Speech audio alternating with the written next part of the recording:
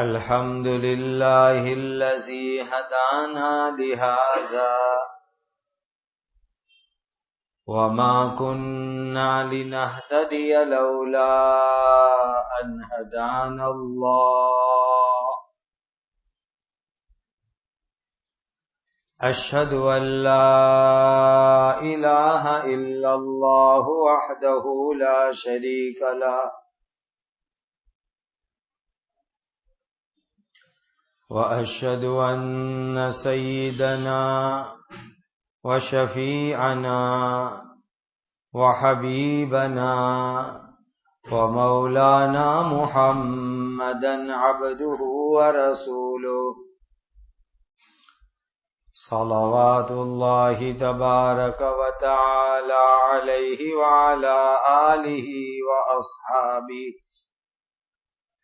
وذرياته وأهل بيته وأهل طاعته وبارك وسلم تسليما كثيرا كثيرا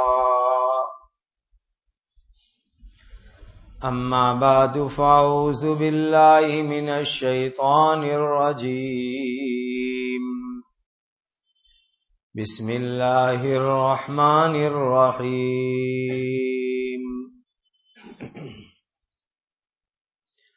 يا أيها الذين آمنوا لا تتخذوا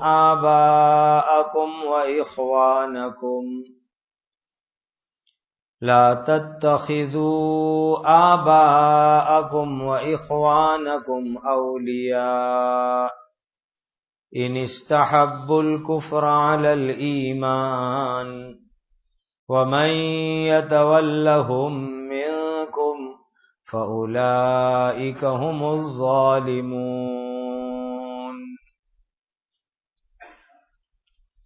یہ سورہ توبہ کی 23 نمبر کی آیت کریمہ ہے.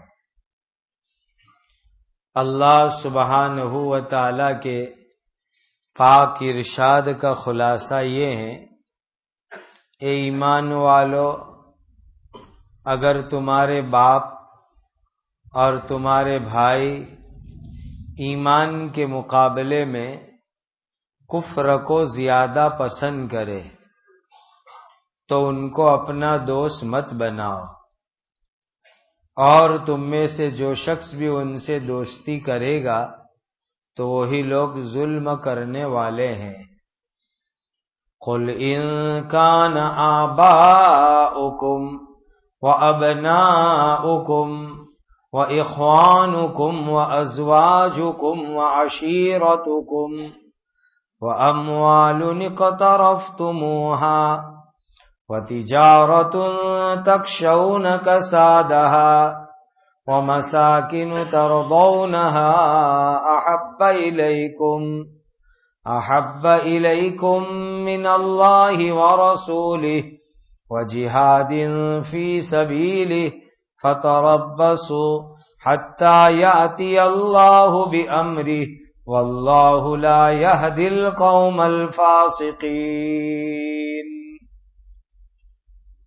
اے نبی، تم مسلمانوں سے کہہ دو، تمہارے باپ اور تمہارے بیٹے اور تمہارے بھائی اور تمہاری بیویاں اور تمہارا خاندان اور جو مال تم نے کمائے ہیں اور وہ کاروبار جس کے بند ہو جانے سے تم ڈرتے ہو اور وہ مکانات جو تم پسند کرتے ہو، اگر یہ سب چیزیں اللہ تعالی اور ان کے رسول اور اللہ کے راستے میں جہاد کرنے سے تم کو زیادہ پسند ہے، تب تو تم انتظار کرو یہاں تک کہ اللہ تعالیٰ اپنا حکم بھیج دیوے.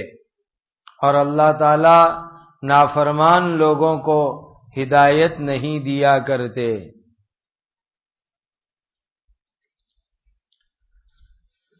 جس زمانے میں حضرت نبی کریم صلی اللہ علیہ وسلم نے مکہ میں ایمان کی دعوت شروع فرمائی، تو عجیب ماحول تھا. خاندان اور گھر میں سے 1 2 4 لوگ ایمان لاتے، دوسرے لوگ ایمان نہیں لاتے. کہیں باپ ایمان لایا تو بیٹا ایمان نہیں لایا، کہیں بیٹا ایمان لایا تو باپ ایمان نہیں لایا. اس طرح ایک ہی خاندان میں، فیملی میں الگ الگ مذہب جو ہے ہونے لگے. اب ایسے زمانے کے اندر یہ آیت کریمہ اللہ تعالی نے نازل فرمائی. اس میں پہلی بات یہ بیان کی گئی کہ ایک ایمان والے کو تمام تعلق، دوستی، محبت اللہ اور اس کے رسول کی بنیاد پر ہونا چاہیے. کہ ہماری دوستی اور محبت کی سب سے بڑی وجہ ہوگی اللہ کی محبت، اللہ کے رسول کی محبت. جو تعلق، جو دوستی، جو رشتہ داری اللہ کی وجہ سے ہوگی، اللہ کے رسول کی وجہ سے ہوگی، اس کو تو ہم باقی رکھیں گے، قائم رکھیں گے، نبھائیں گے، آگے بڑھائیں گے. اور جس دوستی میں، جس تعلق میں اللہ اور اس کے رسول کی ناراضگی ہوتی ہو، ایسا کوئی تعلق اور دوستی کو ہم باقی نہیں رکھیں گے، اس کو نہیں نبھائیں گے. تو تعلق کی بنیاد، اس کی وجہ، اس کا ریزن، اس کا کارن اللہ اور اس کے رسول ہوں گے. جہاں کہیں بھی تعلق اللہ رسول کے ساتھ ٹکراوے تو ہم دوسرے تمام تعلق کو چھوڑ دیں گے اور اللہ اور اس کے رسول والے تعلق کو نبھائیں گے. دوسری ایک اہم بات، صحابہ کرام رضوان اللہ تعالی علیہم اجمعین کو اللہ نے بہت اونچا مقام عطا فرمایا. پوری امت کے سب سے بڑے ولی کہو، کتب کہو، ابدال کہو تو وہ صحابہ کرام رضوان اللہ تعالی علیہم اجمعین ہیں. ان سے بڑا کوئی ولی کتب ابدال نہیں ہو سکتا جتنے بڑے ولی کتب ابدال صحابہ کرام تھے. صحابہ کو جو اتنا بڑا اللہ نے مقام دیا کہ ان کی ایک ایک بات اللہ تعالیٰ قرآن میں بیان فرما رہے ہیں. اس کی بنیادی وجہ یہ ہے، خاص بات اس میں یہ ہے، صحابہ کو اتنا اونچا مقام کیسے ملا؟ اتنا اونچا مقام اس لیے ملا کہ انہوں نے دنیا کی ہر چیز کو اللہ اور اس کے رسول کے خاطر قربان کر دیا. جہاں اللہ رسول کے لیے جان دینے کی باری آئی، جان دی. جہاں اللہ اور رسول کے لیے مال دینے کی باری آئی، مال لٹا دیا. جہاں اللہ رسول کے لیے اپنی اولاد دینے کی باری آئی، اولاد کی قربانی دینے کے لیے تیار ہو گئے. تو اللہ کی محبت میں، اللہ کے رسول کی محبت میں انہوں نے جان، مال، اولاد، ہر چیز کو لگا دیا. تو اللہ نے ان کو اتنا اونچے درجے کا مقام اور مرتبہ عطا فرمایا. کیا جذبات تھے ان صحابیہ ماؤں کے؟ بچوں کو لے کے آتے تھے، حضور ان کو بھی لے جاؤ. کہا یہ کیا کرے گا؟ یہ تو نہ مقابلہ کر سکتا ہے، مقابلے کی بھی طاقت نہیں اس میں، بلکہ اس کو سنبھالنا پڑے گا دشمن سے جنگ ہوئے تو کہا حضور یہ بچہ اتنا تو کر سکتا ہے نا کہ پیارے نبی آپ پر کوئی دشمن تیر چلاوے تو آپ میرے بچے کو آگے کر دینا، تیر آپ کے بدن کو نہ لگے، آپ کی باڈی کو نہ لگے، میرے بچے کو لگ جائے۔ کیا جذبات تھے ان صحابی ماؤں کے۔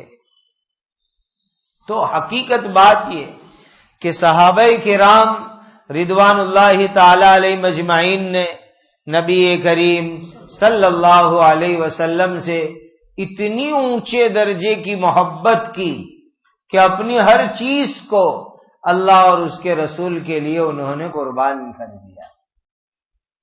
اسی بنیاد پر اللہ نے ان کو اتنا اونچا مقام اور مرتبہ عطا فرمایا۔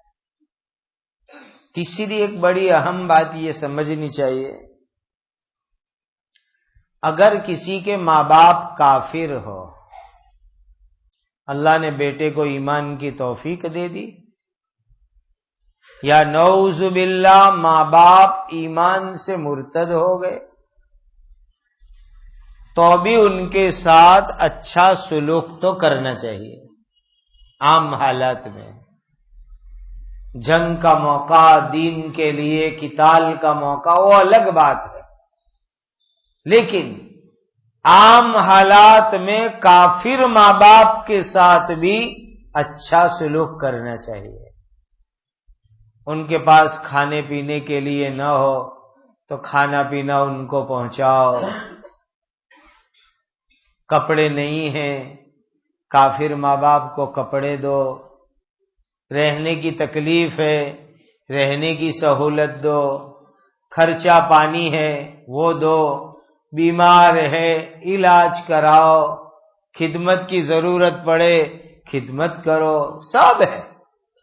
حسن سلوک، اچھا برتاؤ، خدمت، ان کی ضرورت کا لحاظ، یہ سب ہونا چاہیے، چاہے ماں باپ کافر ہی کیوں نہ ہو۔ اتنی ہمارے دین کے اندر اہمیت ہے۔ اور دیکھیے، مذہب کے بدلنے سے رشتے ختم نہیں ہو جاتے۔ نعوذ باللہ ایک بھائی کافر ہو گیا، ایک بھائی مسلمان ہو گیا، تو بھائی والا جو رشتہ ہے وہ رشتہ باقی رہے گا، بہن بہن کا رشتہ باقی رہے گا، بھائی بہن کا رشتہ باقی رہے گا۔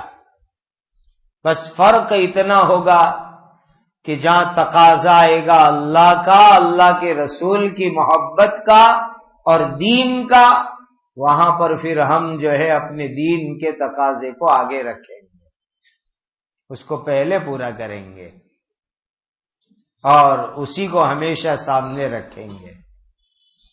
دینی تقاضے پر، اللہ رسول کے تقاضے پر سب چیزوں کو ہم قربان کر دیں گے۔ اسی لیے ارشاد فرمایا، بڑی سخت آیت ہے کہ ایمان والو، اگر تم کو تمہارے باپوں سے بہت محبت ہے، اور باپ کی محبت میں یا اولاد کی محبت میں یا بھائیوں کی محبت میں یا بیوی کی محبت میں یا خاندان کی محبت میں یا مال، دکان، کاروبار، کھیتی باڑی، شاندار رہنے کے مکانات، اس کی محبت میں تم اللہ اور اس کے رسول کو بھول جاؤ گے تو اللہ کا عذاب تمہارے اوپر آئے گا۔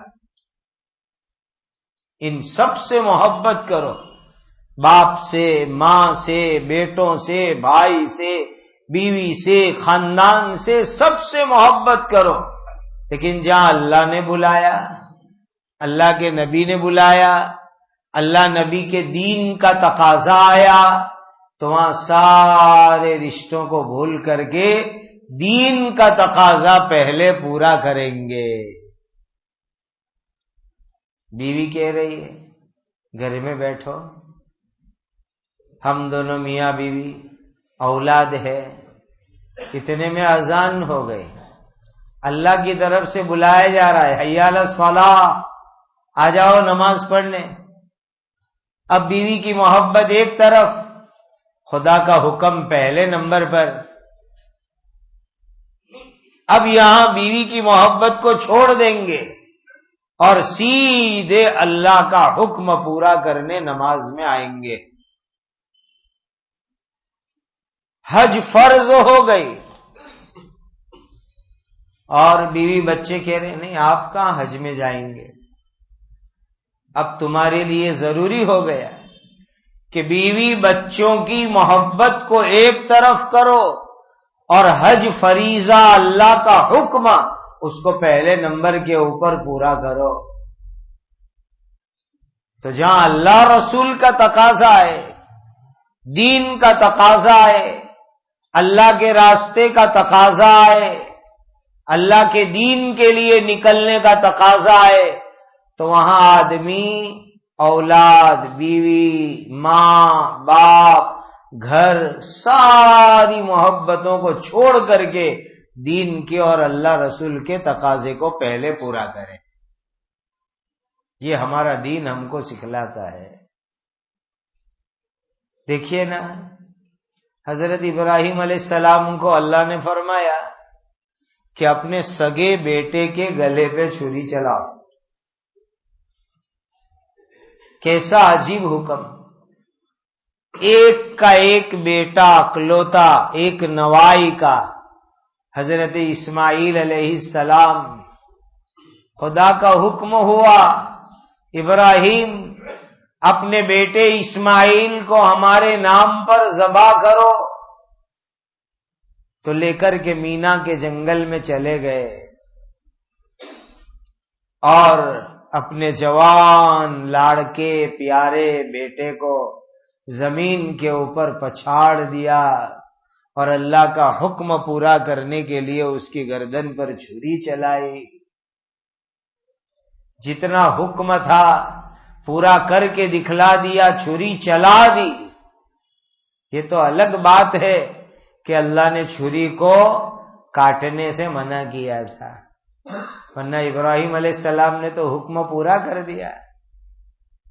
یہ ہے اللہ کی محبت کا تقاضا، اللہ کے دین کی محبت کا تقاضا، اللہ کے رسول کی محبت کا تقاضا، کہ جہاں دین کا تقاضا آئے گا ہم تمام محبتوں کو پیچھے کریں گے اور اللہ اور اس کے رسول کی محبت کو سب سے آگے رکھیں گے.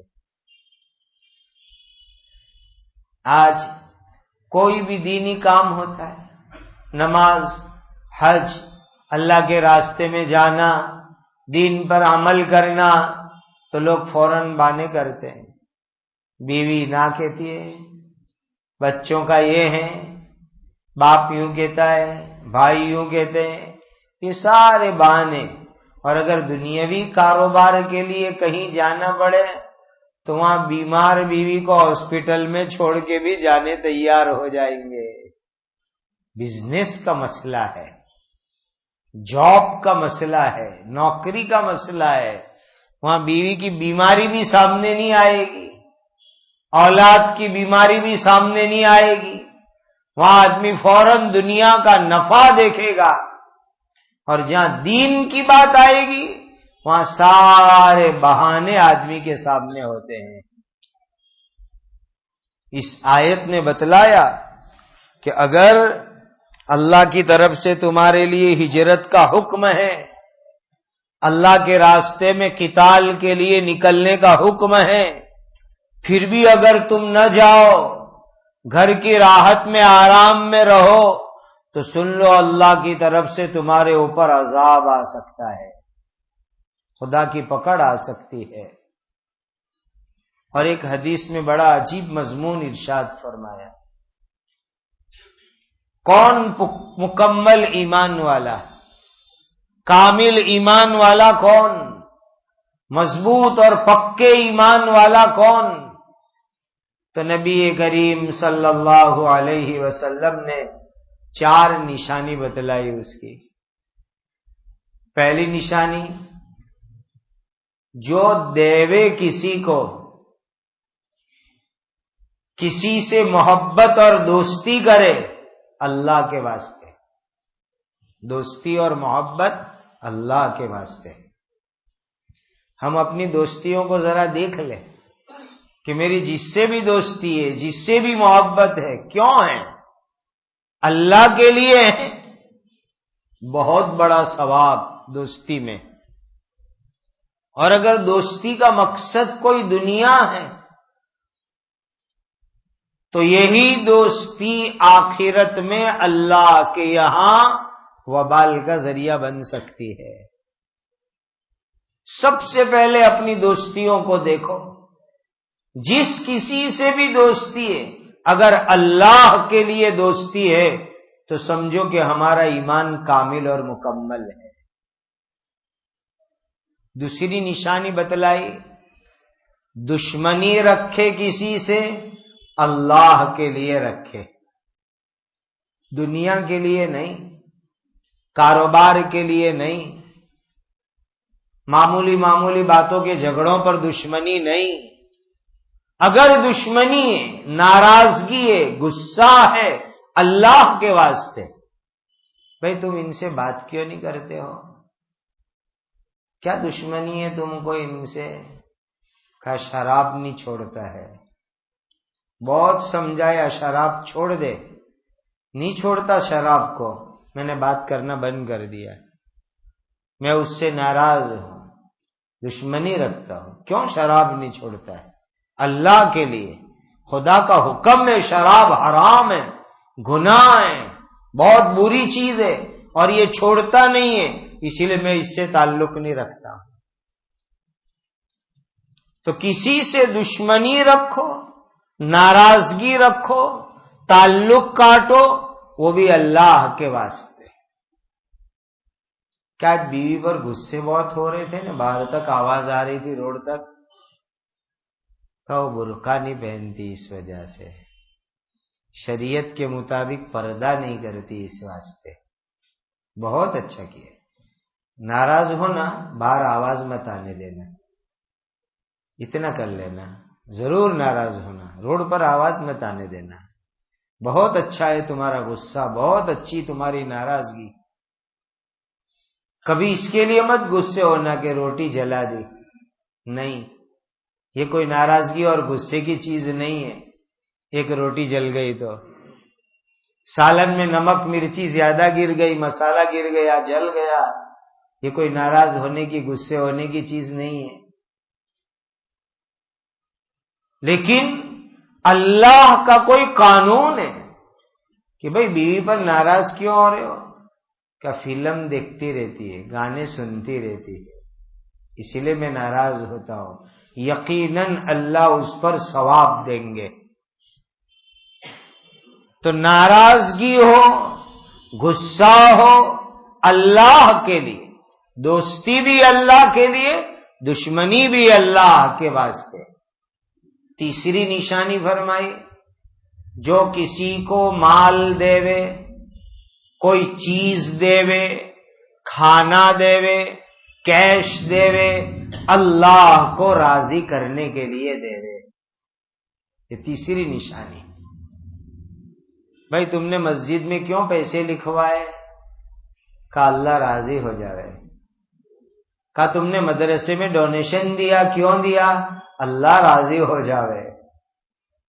کیوں تم نے چندہ دیا؟ وہ بہت پیچھے پڑے تھے، پیچھا چھڑوانے کے لیے دیا، یہ اللہ کے لیے تھوڑا ہوا۔ کیوں چندہ دیا مسجد میں، مدرسے میں؟ میرے نام کی ماربل کی تختی لگوانے کے واسطے، مدرسے کی رپورٹ میں بڑے بڑے حروف سے میرا نام چھپوانے کے لیے، یہ اللہ کے لیے نہیں ہوا۔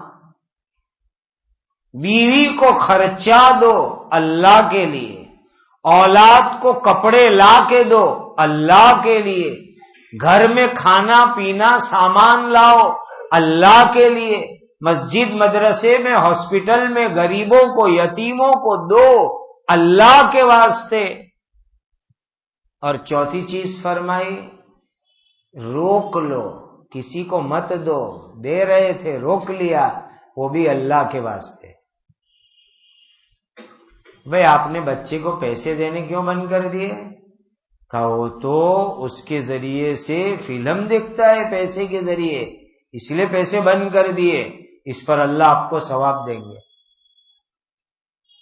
پیسے کیوں بند کر دیے؟ وہ جگار کھیلتا ہے، جا کر کے سٹا کھیلتا ہے، جگار کھیلتا ہے، اس لیے پیسے بند کر دیے۔ یہ پیسے بند کیے، اس پر بھی اللہ آپ کو ثواب دیں گے۔ پیسے بند کیوں کیے؟ بیٹا ڈرگس کھاتا ہے، ڈرگس، اس کے لیے پیسے میں نے بند کر دیے۔ یہ پیسے بند کرنے پر بھی اللہ ثواب دیں گے۔ 4 چیزیں پیارے آقا حضرت محمد الرسول اللہ صلی اللہ علیہ وسلم نے بیان فرمائی۔ دوستی اللہ کے لیے، دشمنی ناراضگی اللہ کے لیے، کسی کو کچھ دو اللہ کے لیے، دینا بند کر دو اللہ کے لیے۔ 4 چیزیں جس میں ہوگی، پیارے آقا نے نورانی زبان سے فرمایا اس کا ایمان مکمل ہو گیا، پورا ایمان ہو گیا اس کا۔ اور جو لوگ دین کے اندر نئے نئے فتنے کھڑے کرتے اور دین کے اندر نئی نئی غلط باتیں کھڑی کرتے ہیں، ایسے لوگوں سے ہم لوگ تعلق کو توڑ دیں اور اپنے آپ کو بچا کے رکھے۔ یہ بھی جو ہے دین کے اندر بہت بڑے ثواب کی چیز، نیکی کی چیز۔ غلط غلط عقیدے، غلط غلط عمل، جو کام پیارے آقا حضرت محمد الرسول اللہ صلی اللہ علیہ وسلم نے نہیں کیا، آپ کے لاڈلے صحابہ نے نہیں کیا، ایسے کام جو کرے اس کو روکو، ایسے عقیدے والوں کو روکو، ایسے فتنہ والوں کو روکو، دین میں نئی نئی غلط غلط چیزیں کھڑے کرنے والوں کو روکو، دین کے نام پر دکان چلانے والوں کو روکو۔ یہ بھی جو ہے بہت بڑا نیکی اور ثواب کا کام ہے، اس سے بھی اللہ تعالیٰ بہت راضی ہوتے ہیں، بہت خوش ہوتے ہیں، اس کی برکت سے بھی۔ اللہ تعالیٰ فرماتے ہیں جو لوگ نافرمان ہوتے، اللہ نافرمانوں کو ہدایت نہیں دیا کرتے۔ ہدایت تو بہت بڑی نعمت ہے، جو اللہ کی بات مان کے چلتے ہیں ان ماننے والوں کو اللہ ہدایت دیتے ہیں۔ نبی کی محبت اور نبی کے طریقوں پر چلنے والوں کو اللہ ہدایت عطا فرماتے ہیں، اللہ کی بات ماننے والوں کو اللہ ہدایت عطا فرماتے ہیں۔ باقی جو نافرمانی کرے، بات نہ مانے، ایسوں کو اللہ تعالی ہدایت نہیں دیا کرتے، چاہے وہ کوئی بھی ہو۔ اسی لیے انسان کو اگر ہدایت چاہیے تو اللہ اور اس کے رسول کی محبت پیدا کرنی پڑے گی، اور اللہ اور اس کے رسول کے حکموں کو پورا کرنا پڑے گا، ان کی بات ماننی پڑے گی، اس پر عمل کرنا پڑے گا، تو ہدایت ملے گی۔ اور اسی ہدایت پر خدا نے جنت کا وعدہ کیا ہے۔ جنت اتنی آسان تھوڑی ہے کہ آدمی میں ہدایت ہی نہ ہو اور خالی آدمی خیال میں بیٹھے کہ مجھے مل جائے گی، تو ایسے خیال سے تھوڑی مل جایا کرتی ہے۔ وہ تو ہدایت اور ہدایت کے تقاضوں کو پورا کرنے پر، اللہ رسول کی محبت پر اللہ تعالی جنت کے فیصلے فرماتے ہیں۔ اللہ ہم سب کو اپنی رضا، اپنی محبت عطا فرمائے۔ صحابہ میں کیسے جذبات تھے۔ حضرت ابو دحدہ رضی اللہ تعالیٰ عنہ ایک صحابی ہے، جب قرآن میں آیت اتری اللہ کے یہاں سے کہ اللہ تعالیٰ تمہارے سے قرض مانگتے ہیں، یعنی اللہ کے راستے میں خیرات کرو، صدقہ کرو، یہ ہے قرض کا میننگ۔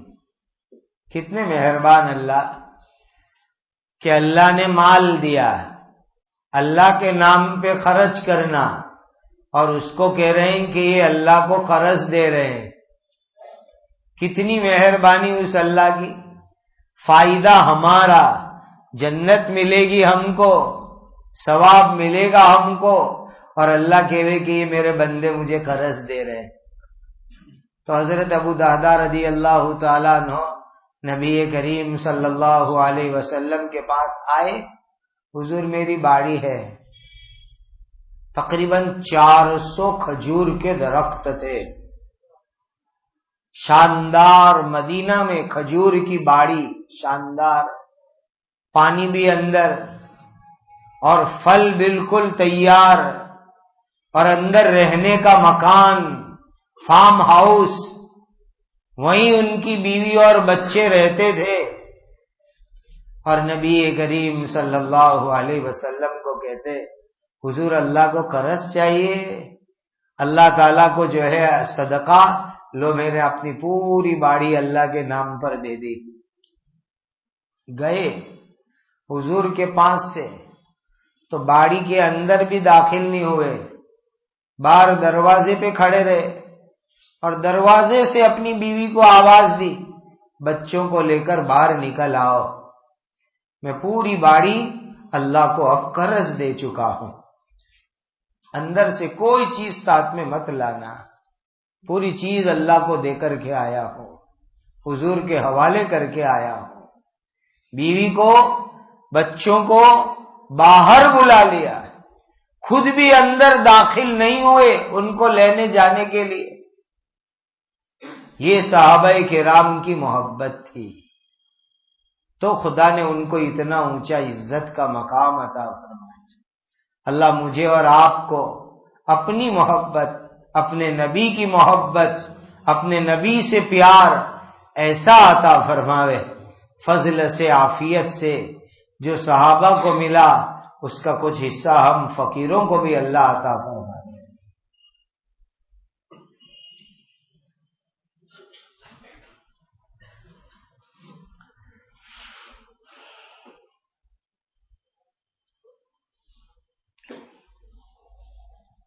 شریفہ بیوی عبد الرحمن لوکھات، اللہ تعالیٰ ان کی مغفرت فرماوے، ان کے درجات کو جنت الفردوس میں بلند فرماوے، کروٹ کروٹ کروڑوں رحمتیں نازل فرماوے۔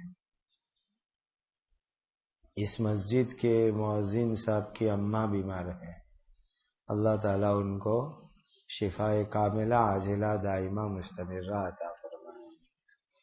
نوساری کے قریب میں ایک تیلاڑا گاؤں ہے، وہ ہمارے ایک دوست تھے، ہنستے ہنساتے ہمیشہ، بہت محبت رکھتے تھے، بس ایسے ہی ہنستے ہنساتے کل صبح 4 بجے ان کا انتقال ہو گیا۔ کوئی بیماری نہیں، کوئی تکلیف نہیں، ہمیشہ ہنستے ہنساتے، اور ایسے ہی چلے بھی گئے، نہ بستر، نہ بیماری، نہ کوئی ٹینشن، کچھ بھی نہیں، عشاء پڑھی، سارے کام کیے، سوئے، صبح اٹھے، انتقال ہو گئے۔ کتنی اچھی پیاری موت۔ اللہ تعالیٰ ہمارے تلاڑا والے یوسف بھائی کی بال بال مغفرت فرمائے، ان کی کروٹ کروٹ کروڑوں رحمتیں نازل فرمائے، ان کی قبر کو نور سے منور فرمائے، درجات کو جنت الفردوس میں بلند فرمائے۔ درود شریف پڑھ لو۔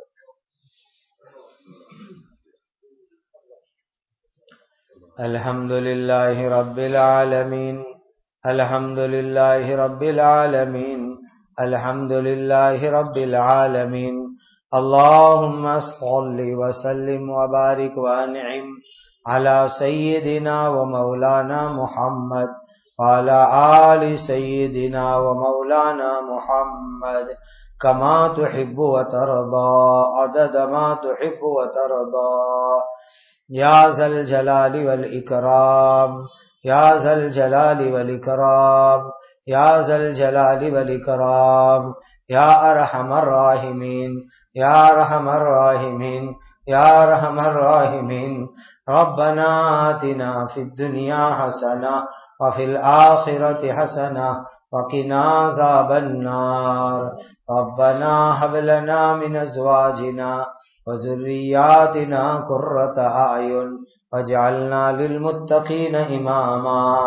ربنا لا تجعلنا فتنة للقوم الظالمین ونجنا برحمتک من القوم الکافرین۔ اللہم اغفر امت سیدنا محمد صلی اللہ علیہ وسلم، اللهم ارحم امت سیدنا محمد صلی اللہ علیہ وسلم. اللهم تجاوز عن امت سیدنا محمد صلی اللہ علیہ وسلم. اللهم اصلح شان امت سیدنا محمد صلی اللہ علیہ وسلم. اللهم انصر امت سیدنا محمد صلی اللہ علیہ وسلم. اللهم إنا نسألك العافية ودوام العافية والشكر على العافية. اللهم إنا نسألك العافية ودوام العافية والشكر على العافية. اللهم إنا نسألك العافية ودوام العافية والشكر على العافية. اللهم إنا نعوذ بك من الفتن ما ظهر منها وما بطن. اللهم إنا نعوذ بك من الفتن ما ظهر منها وما بطن. اللهم إنا نعوذ بك من الفتن ما ظهر منها وما بطن. اللهم إنا نسألك رضاك والجنة. اللهم إنا نسألك رضاك والجنة. اللهم إنا نسألك رضاك والجنة. اے اللہ ہمارے گناہوں کو معاف فرما. اے اللہ نبی کریم صلی اللہ علیہ وسلم کی پکی محبت عطا فرما. اے اللہ آپ کی صحیح سچی پکی محبت عطا فرما. زندگی کا ہر کام آپ کی مرضی کے مطابق کرنے کی توفیق عطا فرما. اے اللہ زندگی کا ہر کام نبی کریم صلی اللہ علیہ وسلم کی سنت کے مطابق کرنے والا بنا دیجئے. تمام بیماروں کو شفا عطا فرماؤ. جو دنیا سے چلے گئے اللہ ان کی مغفرت فرماؤ. ان کی قبر کو نور سے منور فرماؤ. ان کے درجات کو جنت الفردوس میں بلند فرماؤ. کروٹ کروٹ کروڑوں رحمت نازل فرماؤ. اے اللہ جن پر قرض ہے ان کے قرضے عافیت سے ادا کروا دیجئے. بے گھروں کو گھر عطا فرمائیے. ہر ایک کو حلال برکت والی روزی عطا فرمائیے. جو جس مصیبت میں ہے اس سے نجات عطا فرمائیے. الجھنوں کو دور فرمائیے. تمام مساجد کی، مدارس کی، مکاتب کی، مراکز کی، جماعتوں کی، جمعیتوں کی، دینی اداروں کی، دینی کاموں کی، کام کرنے والوں کی ہر طرف سے ہر ہمیش مکمل حفاظت فرماؤ. اے اللہ سازشوں کو، پیتروں کو ناکام فرماؤ. ہمارے پورے ملک میں امن و امان قائم فرماؤ. فتنے فساد سے حفاظت فرماؤ. ہمیں زندگی میں بار بار مکہ مدینہ کی حاضری عطا فرماؤ. ہماری اولادوں کو نیک اور صالح بناؤ. ہماری جائز مرادیں اور تمنائیں پوری فرماؤ. حضرت نبی کریم صلی اللہ علیہ وسلم نے جتنی خیر مانگی ہمیں اور پوری امت کو عطا فرماؤ. نبی کریم صلی اللہ علیہ وسلم نے جن شرور سے پناہ چاہی ہماری اور پوری امت کی حفاظت فرماؤ. وصلی اللہ علی النبی الکریم وعلی آلہ واصحابہ اجمعین. سبحان ربک رب العزۃ عما یصفون وسلام علی المرسلین والحمد للہ رب العالمین.